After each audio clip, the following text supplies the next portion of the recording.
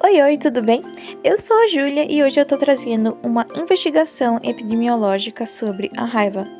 Então, apesar de ser uma doença conhecida, a raiva ainda é considerada um grande desafio entre animais domésticos, silvestres e nós, seres humanos, pela sua letalidade.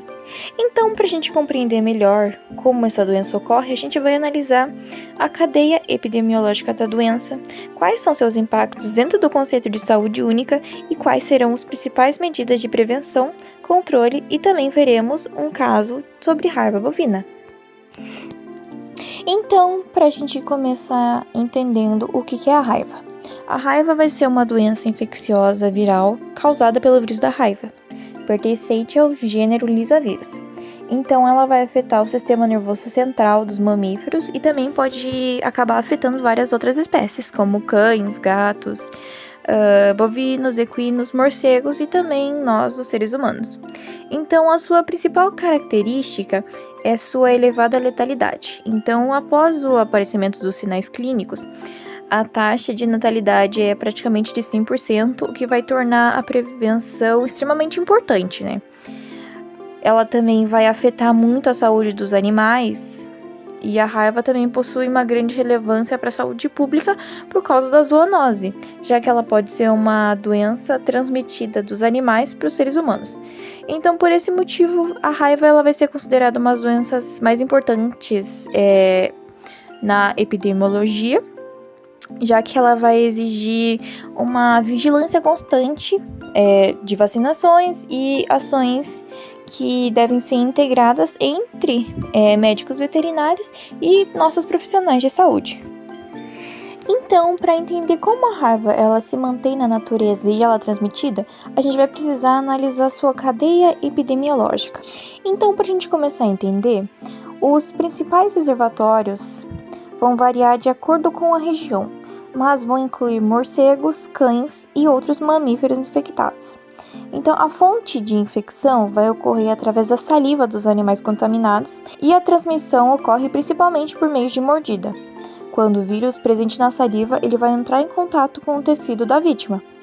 Então, os hospedeiros suscetíveis são todos os mamíferos, incluindo animais domésticos, animais de produção, animais silvestres e os seres humanos. Além disso, alguns fatores ambientais vão influenciar na ocorrência da doença, como a presença de reservatórios, áreas com circulações de morcegos e baixa cobertura vacinal, vão acabar favorecendo a manutenção do vírus no ambiente. Então, dessa forma, a ocorrência da raiva ela não vai depender apenas da presença do vírus, mas também da interação entre o agente, os reservatórios, os hospedeiros suscetíveis e o ambiente. Então, sobre a raiva e a sua relação com a saúde única.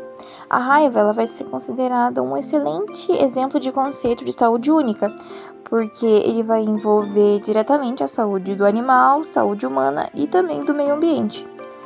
Bom, na saúde animal, a doença ela pode causar a morte dos animais infectados e pode acabar gerando prejuízos econômicos importantes, principalmente na produção de pecuária. E já na saúde humana, a preocupação talvez seja ainda maior, porque a raiva é uma zoonose extremamente grave e praticamente vai ser sempre letal após o aparecimento dos sinais clínicos.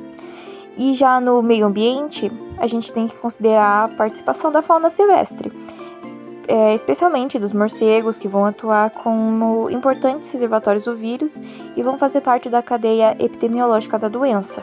Então, por isso a gente tem que pensar que o controle da raiva vai depender da atuação conjunta entre médicos veterinários, os profissionais de saúde, nossos órgãos de vigilância sanitária e também da própria população. Agora que a gente entendeu sobre os principais conceitos da doença, vamos analisar um caso da raiva bovina registrada em Minas Gerais. Então, o nosso caso vai envolver uma vaca criada em uma propriedade rural que passou a apresentar algumas alterações neurológicas progressivas. O animal ele já possui um histórico de lesões compatíveis como mordedura de morcego hematófago, que ele vai ser um importante transmissor da raiva em bovinos. E com a evolução da doença, foram observados alguns sinais como tremores musculares, uma dificuldade na locomoção, uma falta de coordenação dos movimentos e uma dificuldade respiratória. O quadro evoluiu rapidamente e o animal veio a óbito poucos dias após o início dos sinais clínicos. Então, posteriormente, exames laboratoriais confirmaram o diagnóstico de raiva, demonstrando que o caso estava relacionado à transmissão do vírus por morcegos hematófagos que eram vistos na região. Então, ao analisarmos esse caso, a primeira pergunta é: qual foi a provável fonte da infecção? Pelo histórico apresentado, a principal suspeita é que um morcego hematófago infectado tenha transmitido o vírus pela saliva durante a mordida. E também é importante identificar os fatores de risco, que nesse caso foi a presença de morcegos na região e teve também a exposição frequente dos bovinos e possíveis falhas na vacinação do rebanho que possam ter favorecido a aparição da doença. Então, também devemos pensar no cisco para todos os animais da propriedade e para as pessoas que tiveram contato com um bovino doente, principalmente durante o manejo e cuidado do animal. Então, nesse caso, a investigação epidemiológica vai ajudar a identificar esses fatores, entender como a doença surgiu e definir medidas para evitar novos casos. Então, após a suspeita de raiva, algumas medidas epidemiológicas precisam ser adotadas imediatamente para conseguir impedir a disseminação da doença. E a primeira delas é a notificação obrigatória às autoridades sanitárias. Então, que vai ajudar a permitir que a vigilância epidemiológica acompanhe o caso e consiga realizar as investigações necessárias. Também é fundamental confirmar o diagnóstico por meio de exames laboratoriais e identificar outros animais ou pessoas que possam ser expostas ao vírus. Bom, e em seguida, algumas medidas de controle devem ser implementadas, como a vacinação dos animais da propriedade, monitoramento de possíveis novos casos e também uma restrição de movimentação de animais suspeitos, né? Então, a prevenção vai ser essencial para evitar que novos surtos ocorram. Isso também inclui o monitoramento dos morcegos hematófagos da região, né? E uma educação sanitária nos produtores rurais e manutenção da vacinação periódica dos rebanhos.